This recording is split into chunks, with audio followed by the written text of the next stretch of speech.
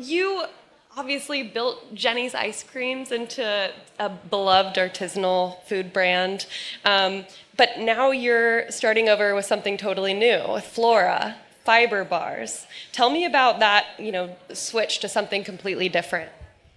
Yeah, it's a big switch, ice cream to dietary fiber. People ask a lot, what is an ice cream maker doing making fiber? It doesn't make sense, ice cream to like something in the wellness space.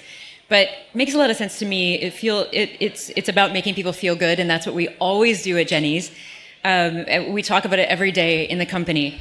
When I was able to step away from Jeni's during COVID in 2020, I didn't want to step away. I did not want to leave this company. I loved it so much. I love it so much now. It was just obvious. It was 26 years in. My team is incredible. They do better without me at this point than with me. So I came to that realization, and I stepped out, and I didn't know who I was. I didn't have my health. I realized, as many founders, I think we are not good at taking care of ourselves. Any founders in the audience that can relate to that, I'm sure, would back me on that. We tend to go hard, we tend to run fast, and forget about our own bodies and our minds and our emotional systems. And that was when I started learning about all of that. I had never thought about it before. I always thought I was so lucky to be doing what I was doing, and just that was my whole world.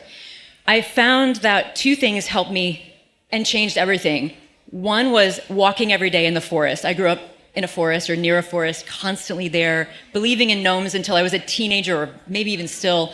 And I love going to the forest. It's where I can think, where I feel most comfortable, where I feel like myself.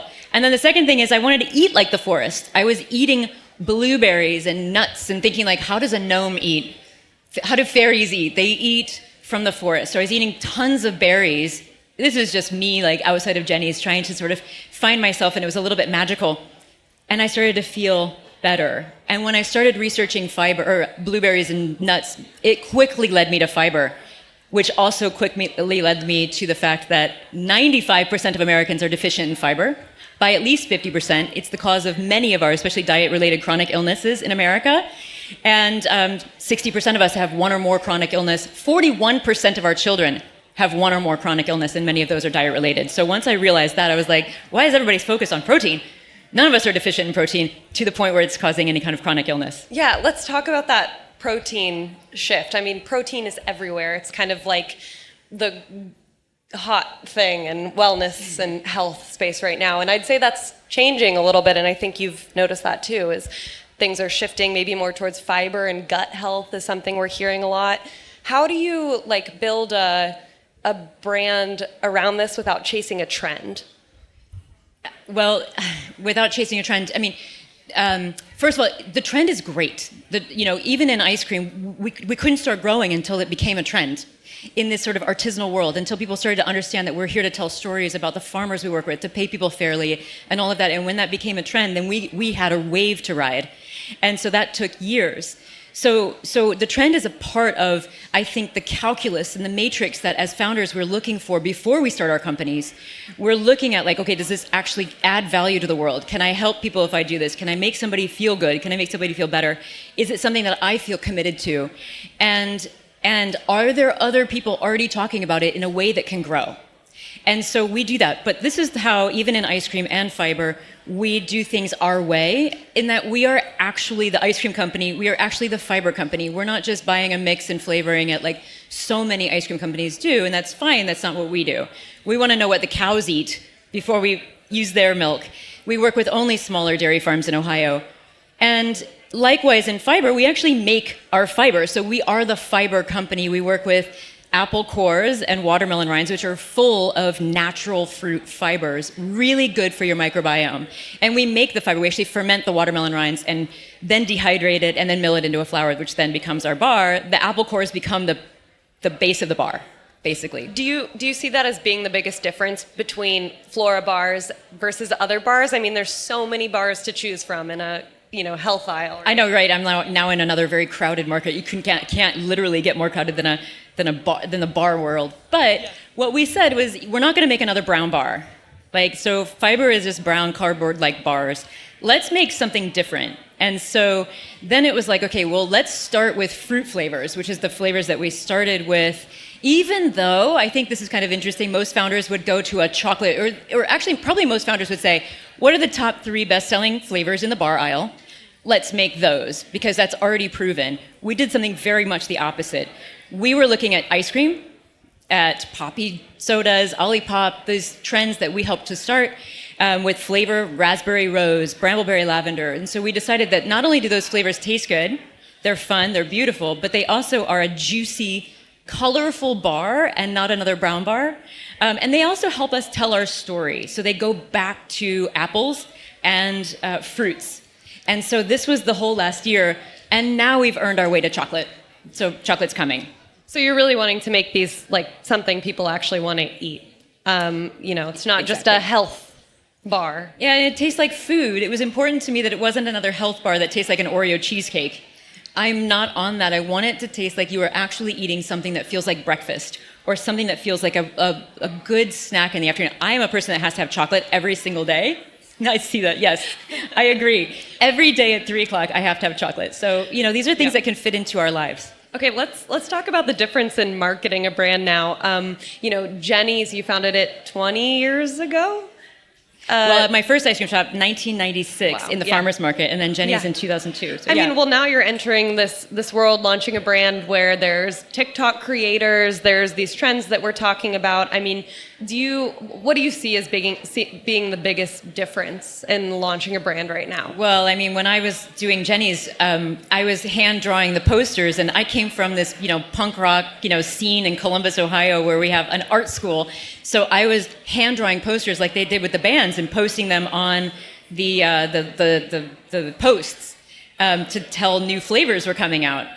So when Instagram and Twitter and all of those came out, it was like now I could get the word out, which was really cool. Obviously, things have changed a lot. We can reach our audience. We can create an audience very quickly of people who are already into fiber. So we launched last year. We've been working on it for 4 years, launched in January of last year. And we were immediately able to target and find people who care about fiber already, who know about fiber. And it's interesting because the younger generation thinks differently about fiber. They only think about it in terms of microbiome and less about gut motility. And so it's really interesting. So we can target people, we can find them, we can grow with them out in the world. And it's such an advantage. It's really fun to create this now. Do you see fiber as kind of the next big thing in wellness? Yes, I do, and many people will be like, fiber is not a new thing at all. Every one of our grandmothers told us to eat an apple a day. Our grandfathers, probably everybody here, their grandfather bragged about eating the entire apple, including the core. All of that is not new. You can look at ancient Greek philosophy and see them talking about fiber and eating, multiple different kinds of vegetables and plants. The new part of the conversation is the research around the microbiome. So the new part of the conversation is not single source fiber, but diverse fibers, because if you eat diverse fibers, and of course from whole foods first, we always say if you can't get your fiber, you can get Floura, diverse fibers that feed a diverse microbiome, because that's going to affect you in all realms of your being. Tell me what's next for Floura? What can we expect from a flavor perspective and innovation perspective? Anything you're comfortable sharing at this point? Well, I will say that, I have been dying to get chocolate out because we did fruits, which I love, and those were really fun last year. And we have been working on this chocolate for over a year. I thought we were going to be able to release it last year. It's a brownie batter flavor. It's actually, chocolate, cocoa is actually a fiber. It's very good for your microbiome. So our chocolate bar actually has 1 gram less sugar. They're all very low in sugar and just fruit sugars, but it has actually 1 gram less and even more fiber in it. So I'm really excited. It's launching imminently. We literally were making them last week. So they're beautiful. And then we'll be able to do more flavors on top of the chocolate. And then at the end of the year, we'll do some other flavors too, coming off of more of a vanilla platform. Can we expect any kind of bridging between Jeni's and Floura? Well, there's always inspiration coming from Jeni's. The difference is that people in bars, we can't be so creative because we all kind of want more simplicity in that. But definitely, I will be always infinitely inspired by ice cream. I don't know if we'll be able to inspire them back, but probably. What surprised you about launching this new company right now? What surprised me about launching Floura is how fast this is moving. Protein took years, and over the last decade, 15 years, through sort of gym culture. Fiber, when we started working on this project 3 years ago, every single person was talking about probiotics. Nobody understood that prebiotics were even fiber. The conversation has shifted dramatically just in the last year, and it feels like it's picking up and growing incredibly fast. And so that is obviously benefiting Floura, and it's one of the reasons that we've, just with 5 flavors, just with a website, been able to grow as quickly as we have been. Where are you drawing inspiration from when you're thinking about flavors, when you're, obviously you're talking about inspiration from real fruit, right? But are there any brands that you look to, founders, anything like that? I will tell you how I think about flavor is that it's a gift that you give to the world. And so you have to start with something you love, truly, whether it's ice cream. And this is true if you're making clothing, whatever it is you're making. This is how I think. You start with what you love, and you give it to the world, but then you listen, because it can't be about ego. You have to let that go. People might not like it, and then you got to let go of it. But you start to learn what people love. And that's what we did with Floura. And we're learning that certain flavors work, certain ones don't. And just let those go. Keep learning. So you make something you love, you put it into the world, and then listen. And that's the best way to do it, I think. It's true of ice cream. And it makes you really good at it over time. Great. Let's end with one fun thing, which we like to do on the Axios stage. Can you tell us the craziest flavor that's been turned down either at Floura or Jeni's? Any thoughts on that? The craziest flavor that's been turned down. Well, I mean, one time I did a let's see. I don't know if that's the best example of that. Well, I'll just say this is the one thing that comes to mind. I did a smoked banana ice cream one time, because smoked bananas are really good. They're actually delicious. You put it in there and like a whole banana, and it gets a little bit smoky, and then you can serve it with ice cream. It's a little bit warm. It tastes kind of caramelized. It's actually delicious. If you're smoking meat, I know we're in Austin, so that's a good idea here. Throw a banana in for like the last half an hour when the fire is really low. But I tried to recreate this. I went to my friend's barbecue restaurant, put it in their smoker, and by the time I got these bananas back, they'd only been in there half an hour. They had basically turned into turpentine. And I made the ice cream anyway, because I was like, I don't know, maybe it'll work. And of course it didn't, and nobody loved that. But there's been, just a lot of really funny failures along the way. That's a pretty good one. Any Texas-inspired flavors that we can expect? There's the Texas sheet cake that we have, which is like one of my absolute favorite flavors. Delicious. And it doesn't have dairy in it, so it's like crazy. Our dairy flavors are as popular as any of other flavors, even among people who don't eat or who do eat dairy, because they're so good. They're so fantastic, and you can only get Texas sheet cake if you get that platform, but it's so good. Okay, well, we are all out of time. Thank you so much, Jeni. This has been great. Thanks, everybody. Have a great time.